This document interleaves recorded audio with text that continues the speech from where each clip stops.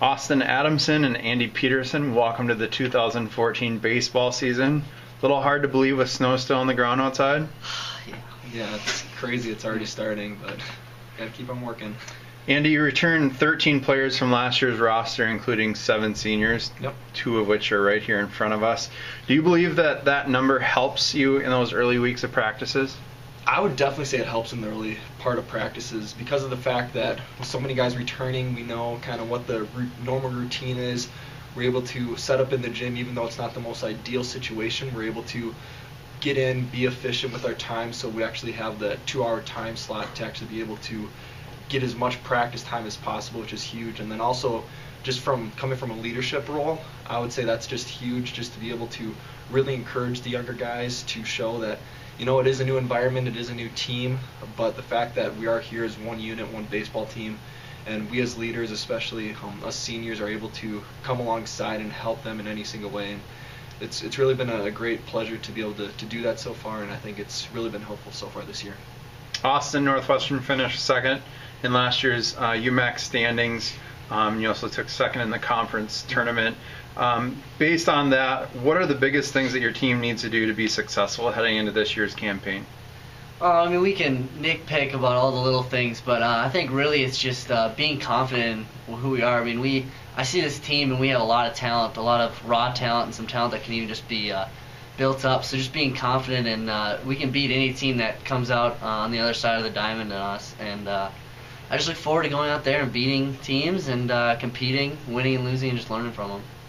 Andy, we talked a little bit about practice and how the veteran roster helps, but can you talk a little bit about the early weeks of practice in terms of what it looks like for you for indoor training and things like that, since you're not able to be outside? Yeah, definitely. It's definitely a challenging thing.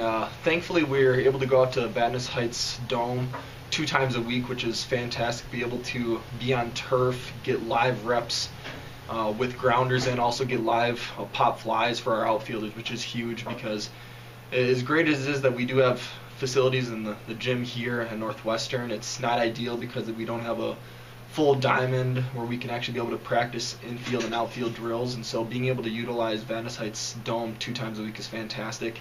But then also with us being here, our pitching staff is able to utilize the weight room, which is fantastic during practice, being able to run on the indoor track. And then also just the fact we just have to be a little bit more creative using the racquetball courts, using them as hitting stations, or pulling down the center tarp to use that as different drills to hit against with tees and such like that. So it's just trying to be as creative as possible and trying to have that positive attitude throughout the entire process, and knowing that soon enough the snow will be gone, even though it doesn't seem like it. So it's definitely something that we got to keep on working at. Austin, your head coach, Dave Hebe, he celebrates his 25th year of being a part of Eagles baseball this spring. Mm-hmm. What has Coach Hebe's presence meant for the program's growth and development from your perspective? Coming in, I was really interested to see a team that not only fostered athletic ability, but also the ability to grow as a man in Christ. And that's something I immediately found in Coach Hebe. He loves to harp on the Christian student athlete in that order, and he loves to talk about that. And so seeing the spiritual leadership, and also the leadership to push every athlete, he sees the potential, and he genuinely cares about how to instill and encourage everybody in their own way. And I think that's something that I haven't really experienced in my coaches, or all of the coaches through my past. You guys have been to Florida 3 times before as players.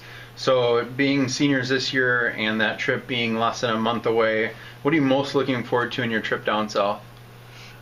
I would say just the time spending with the guys on the team, being able to build in the relationship is huge. The fact that it's difficult from a playing perspective because this is the first time we're seeing live grass, being able to be outside, having to actually deal with the wind. So it's actually, our first time dealing with all these things, so it can be hard from a playing standpoint at times, just because we have to adapt really quickly. But through that, we're able to work together as a team, which I think is the best part of going down to Florida, because we do have a lot of free time that we're actually able to invest in each other and really get to know each other, especially the underclassmen, being able to interact with us upperclassmen, which is so great. That's kind of one thing I enjoy most. And finally, as you guys look ahead to your final year in a Northwestern baseball uniform, maybe Austin, you want to touch on this. What's your what has been your favorite part of being an Eagle? I've loved pretty much everything I've been able to be experiencing, at least. But I think the number one thing is just getting to know the guys on my team.